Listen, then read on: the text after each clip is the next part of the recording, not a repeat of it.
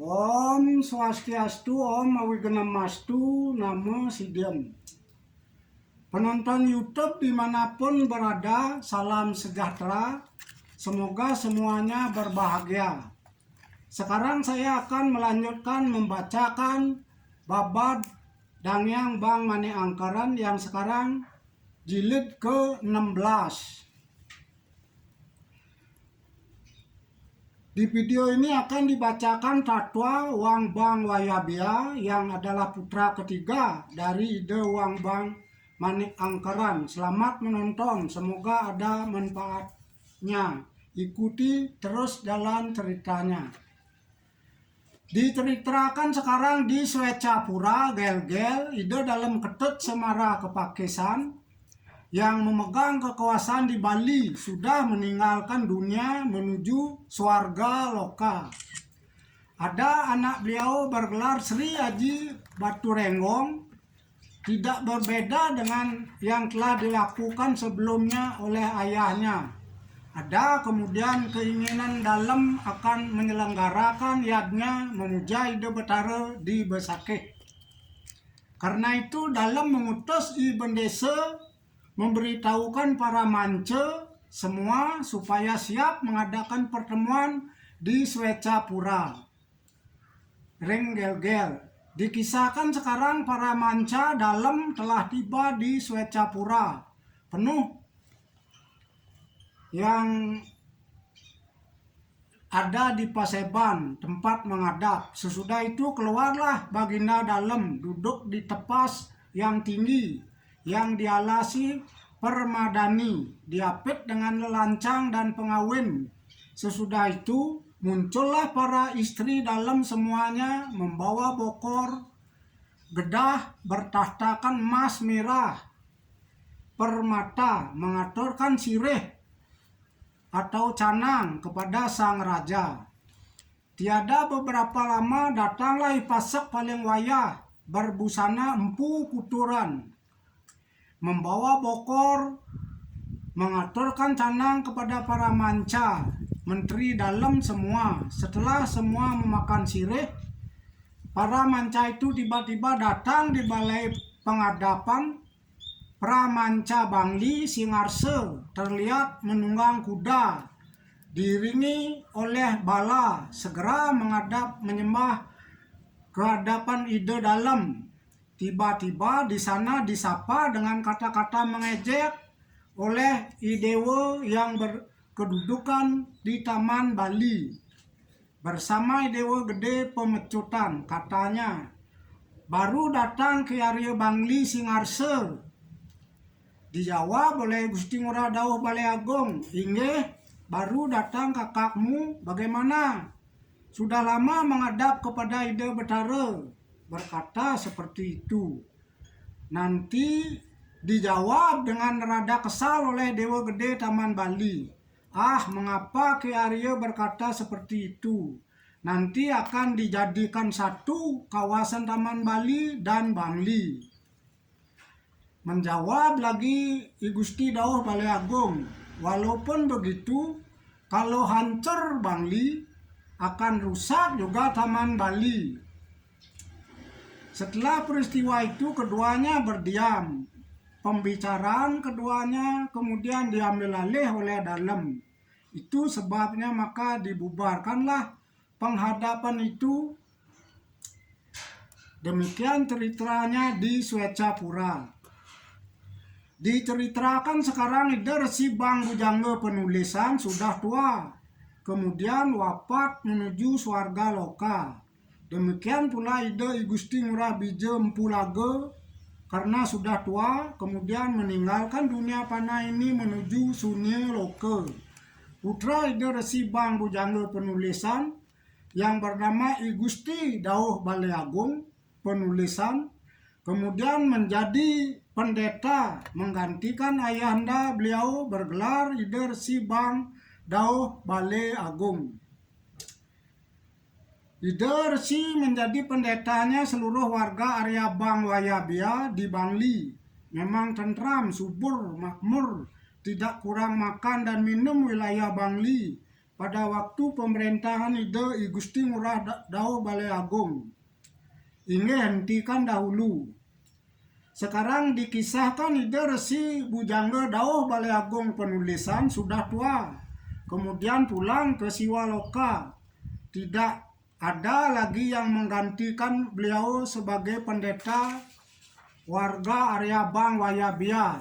Ide Gusti Ngurah Dao Balai Agung juga sudah tua usia beliau, namun masih merasa handal dengan diri beliau. Kini ada yang menggantikan sebagai raja, yakni I Gusti Ngurah Praupan. Para menteri beliau adalah para putra Ide Resi Bujangga Dao Balai Agung penulisan. Yang paling terkemuka I Gusti Caling Lingker, I Gusti Dangin Pasar, I Gusti Lord Peken, I Gusti Lor Bencingah, I Gusti Batan Waringin, I Gusti Dauh penulisan. Yang paling akhir, setelah ganti berganti sanak beranak, banyaknya mencapai 60 diri sampai kepada Arya Pemijian, tunggal bersuka duka Ki Arya Bang semuanya. Sekeluarga besar itu menjadi Arya Bang Kajakauh atau Arya Bang Wayabia. Kembali diceritakan perihal keadaan di Keraton Swecapura Gelgel.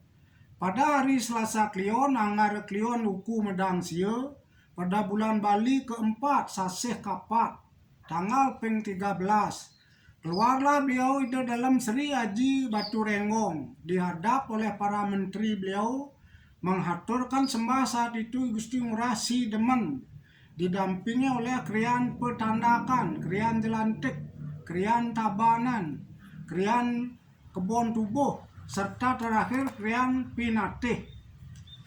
Atur para menteri itu tiada lain Prian Pertikaian Kiai Taman Bali dengan Kiai Singarse Bangli pada saat pertemuan lalu. Para menteri itu semuanya memohon agar supaya dalam mengadakan utusan sebagai begawanta yang dimintai nasihat dan pertimbangan guna menyudahi pertikaian antara Singarse Bangli dengan Taman Bali. Akhirnya merasa senang Ide Dalem, kemudian memenuhi keinginan para menteri semuanya. Setelah itu ditutuplah pertemuan itu. Diceritakan sekarang Ide Dalem memerintahkan Begawante Pandita Istana, beliau yang bernama Ide Sang Brahma Pandita Manuabe. Di sana kemudian Sang Brahmana setuju dengan perintah Dalem akan menjadi penasehat yang memberikan pertimbangan di bumi Singarse Bangli. Terkisah sekarang Peranda Manuabe disertai dengan anak serta istri beliau. Semua isi griya beliau dibawa berpindah dari Gelgel pada hari yang baik, yakni Sabtu Wage Julung Wangi, bulan Bali kelima, tanggal peng 13. Berjalanlah beliau sang pendeta mengikuti Munduk Mine Nyalian. Tidak diceritakan di jalan, sudah dauh pitu sang mentari, sampailah beliau di Singarse Bangli, langsung menuju Puri Balai Agung.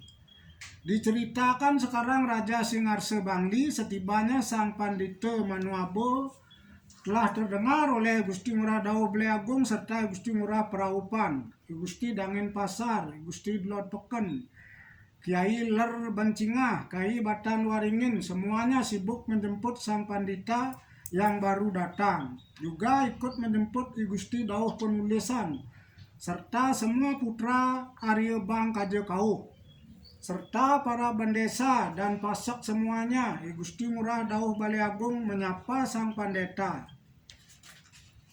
Sehingga Sang Pandeta sudah tiba, silakan duduk di balai pertemuan. Tak bedanya bagaikan antara bapak dengan anak. Semuanya sekarang sudah duduk. Datang permaisuri membawa bokor arerempon, mengaturkan canang sirih kepada Sang Pandita. Setelah itu terlihat dipasak berdua membawa bokor emas berbintang, mengaturkan sirih kepada Sang Pandita. Kemudian semuanya dipersilahkan menyantap sirih itu. Karena semuanya sudah diaturi canang, Kemudian sang pendeta bertanya kepada Kiai Baleagung. Kata sang pandita, benarkah Ananda bersilang kata dengan Idewa Taman Bali? Seperti dikatakan Ide dalam. Kalau benar demikian, sepatutnya Ananda membantu memberitahu Bapak.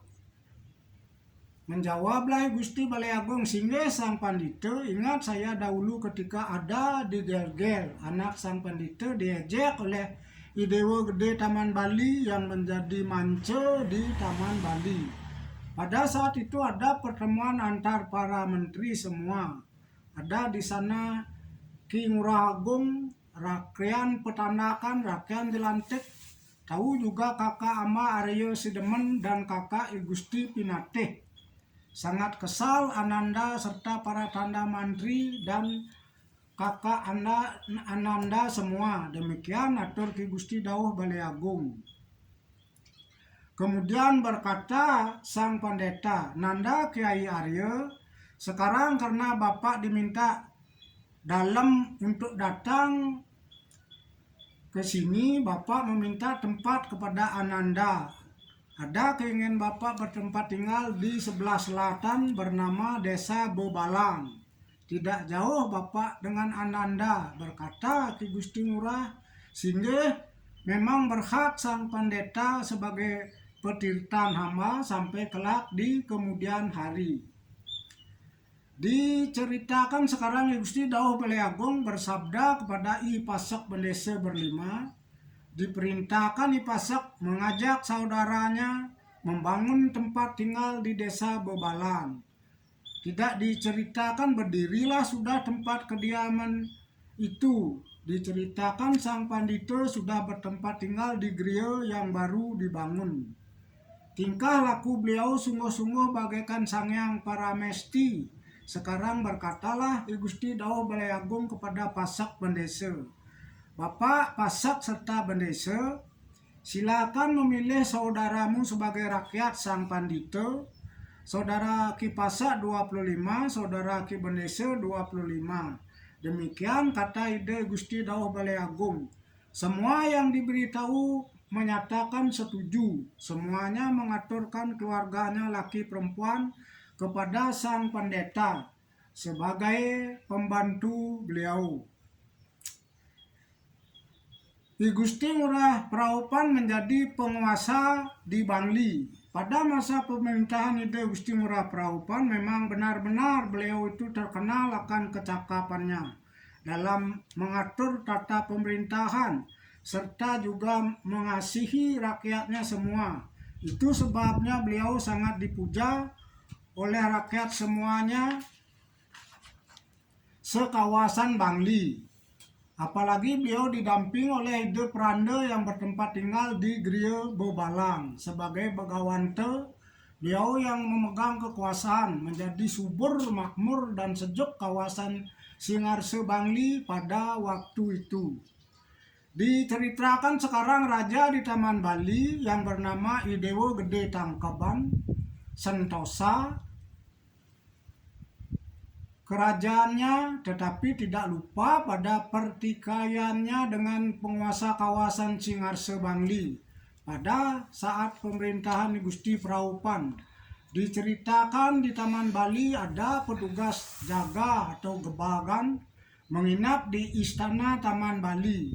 Mereka disuruh mencuri di Puri Singarse Bangli.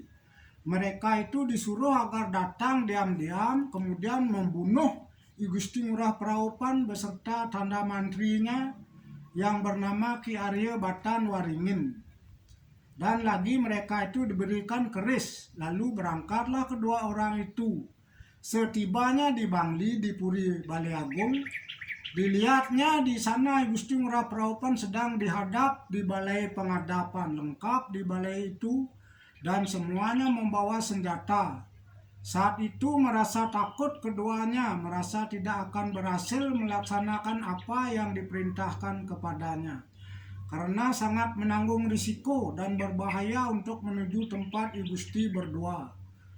Kemudian I Gusti Ngurah Praopan melihat kedua orang itu lalu segeralah berhatur sembah keduanya karena kehabisan akal kepada I Gusti Ngurah Praupan. Katanya, "Inggih palungguh Gusti, mohon dimaafkan, mohon hidup hamba. Hamba sebenarnya diutus oleh Dewa Taman Bali agar hamba membunuh palungguh I Gusti, namun tidak berani hamba kepada tuanku. Sekarang agar tahu tuanku akan daya upaya I Dewa Taman Bali, karena besar nian iri hatinya kepada tuanku." Demikian atur mereka berdua. Menjadi gembiralah I Gusti Ngurah Praupan serta berkata, "Doh engkau utusan dari Taman Bali, memang demikiankah katamu? Kalau memang benar engkau tidak berani kepadaku, dan juga memang tidak akan berhasil melaksanakan perintah yang ditugaskan kepadamu, nah sekarang aku memberitahu, jika engkau ingin dengan senang hatilah engkau kembali ke Taman Bali. Bunuhlah tuanmu di Taman Bali. Jika engkau berhasil melaksanakan perintahku ini, jika sudah mati tuanmu olehmu, ku berikan engkau memerintah negara Taman Bali." Demikian sabda Gusti Ngurah Praupan. Senang hati penjahat itu mendengar perintah beliau, kemudian memohon diri. Setelah mengaturkan sembah kepada Gusti Ngurah Praupan, beliau memerintahkan pembantunya agar mengambilkan keduanya seperangkat busana serta keris untuk disungklit. Kemudian mereka berdua mengatakan keyakinannya bahwa mereka akan berhasil melaksanakan perintah I Gusti Ngurah. Berjalanlah kedua orang itu kembali dari purinya I Gusti Ngurah Praupan. Sesudah matahari terbenam, sampailah mereka di puri Taman Bali. Pada saat itu Dewa Gede Tangkaban sedang pergi mandi, namun membawa cundrik. Saat itu keduanya masuk ke gedongan tempat peraduan Dewa Gede Tangkaban, bersembunyi di bawah tempat tidur. Lalu setelah malam tiba, datanglah Dewa dari mandi, kemudian memasuki gedong. Pada saat memasuki gedong itu, tercium olehnya bau manusia sehingga menjadi waspadalah hatinya. Kemudian mundurlah Dewa seraya mengunus cundrik. Tidak lama keluarlah penjahat itu dari kolong tempat tidur seraya menusuk. Yang ditusuk tahu akan hal itu, kemudian menangkis seraya turun ke halaman. Kemudian mereka berkelahi di halaman 1 lawan 1. Tak lama kemudian matilah si gebagan itu. Setelah itu lalu Dewa Gede Tangkaban ke Balai Gede. Ada putranya yang sedang duduk di pelataran balai yang bernama I Dewa Ketut Kaler. Berkatalah ayahnya, ya anakku, di sini anak duduk. Apa Ananda tidak tahu perihal bapak berperang melawan penjahat di halaman? Kok tidak ada perhatian? Berkatalah anaknya, sehingga Haji tahu Ananda perihal perkelahian ayanda dengan penjahat itu, namun karena keadaan sangat gelap, tidak bisa Ananda mengenali itu, sebabnya Ananda tidak memberi bantuan kepada ayahanda. Lagi pula Ananda sudah tahu betul tentang ketangkasan ayahanda melawan penjahat itu. Tidak akan menang si penjahat itu melawan ayahanda. Demikian atur I Dewa Ketut Kaler. Diam ayahnya. Segera menyalakan lampu serta menggantungkannya di kolong barat laut. Tidak lama keluar lagi penjahat yang lainnya dari gedongan, kemudian berperang di halaman melawan I Dewa Gede Tangkaban. Serunian perkelahian itu, lalu matilah si penjahat. Namun I Dewa Gede Tangkaban terluka di bagian pangkal lengannya. Mayat si penjahat dipotong-potong, kemudian diperintahkan agar dibuang ke jurang. Diceritakan I Dewa Gede Tangkaban karena sakitnya cukup parah, banyak putranya, sanak saudaranya datang menjenguk. Ada yang membawa dukun untuk mengobati penguasa kawasan Taman Bali. Banyak juga istrinya yang datang diiringi rakyat. Semua menyampaikan pujian karena ayahnya berhasil membunuh kedua penjahat itu. Diceritakan kemudian tak sembuh jualah Ratu Taman Bali dari sakitnya. Kemudian beliau meninggal dunia. Bangli berperang lawan Taman Bali. Diceritakan di Taman Bali wafatnya I Dewa Gede Rakeoke, ada putranya sudah dewasa bernama I Dewa Anom Teke, karena beliau tahu perihal meninggalnya ayah beliau tiada lain karena upaya penguasa kawasan Bangli Singarse yang beristana di Balai Agung. Itu sebabnya Berang artinya kemudian mengadakan pertemuan dengan sanak saudaranya, diikuti juga oleh mereka yang sudah berpindah tempat tinggal. Semuanya sudah diberitahu merencanakan akan menyerang penguasa Bangli. Kemudian semuanya menyatakan dan berjanji sanggup seperti halnya burung akan membela ayahnya yang sudah meninggal.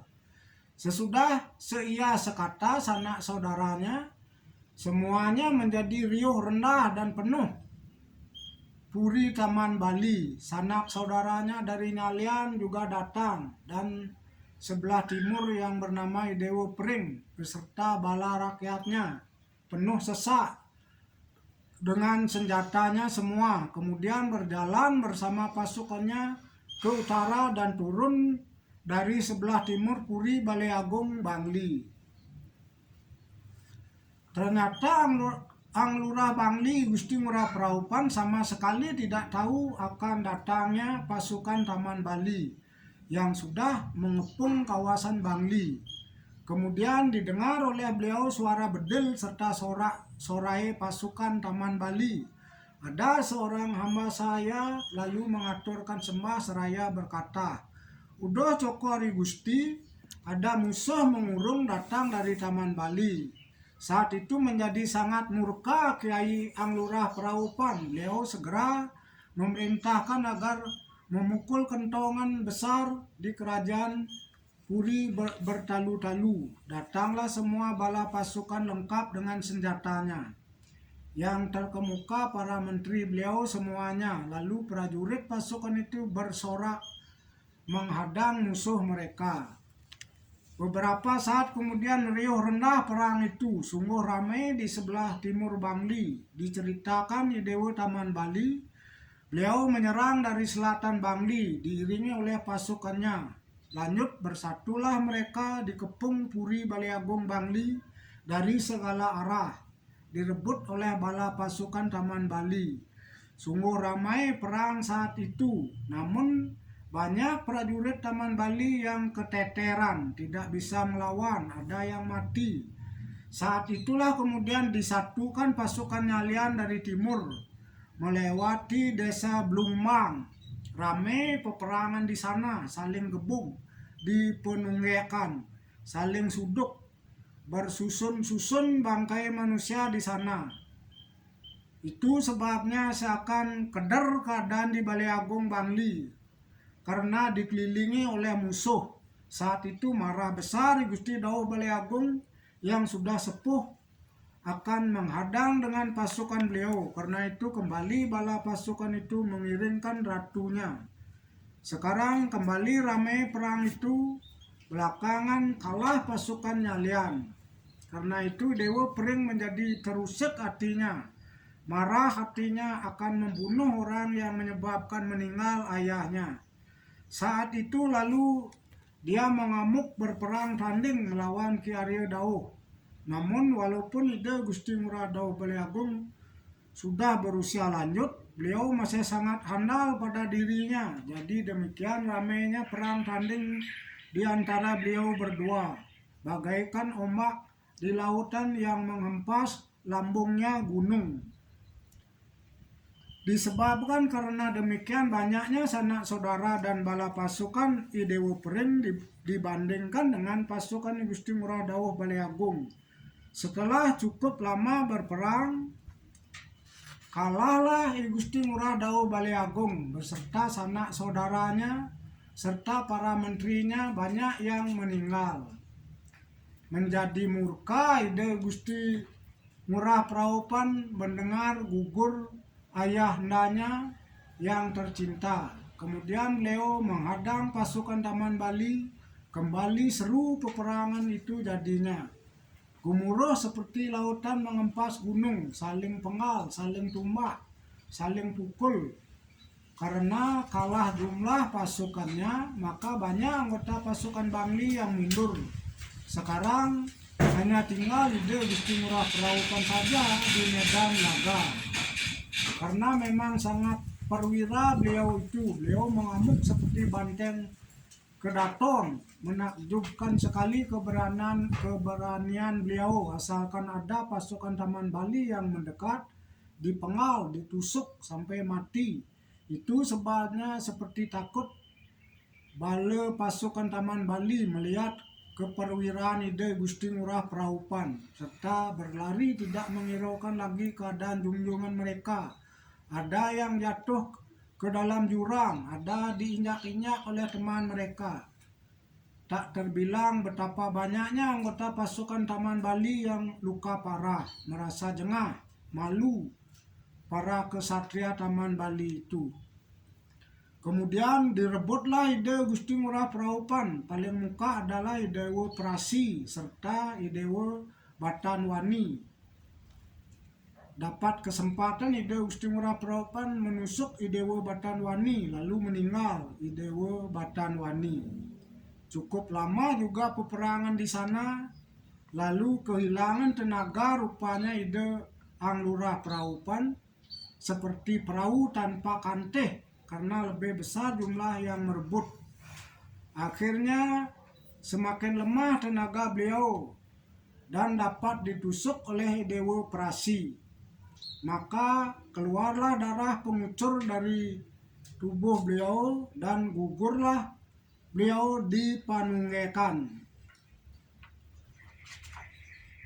Sisa yang gugur semuanya lari berhamburan. Jadi berhasil dikalahkan waktu itu penguasa Bangli.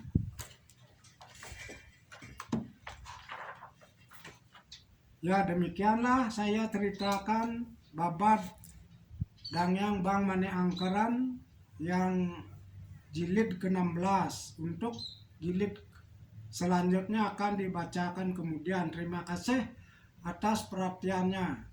Om Santi Santi Santi Om.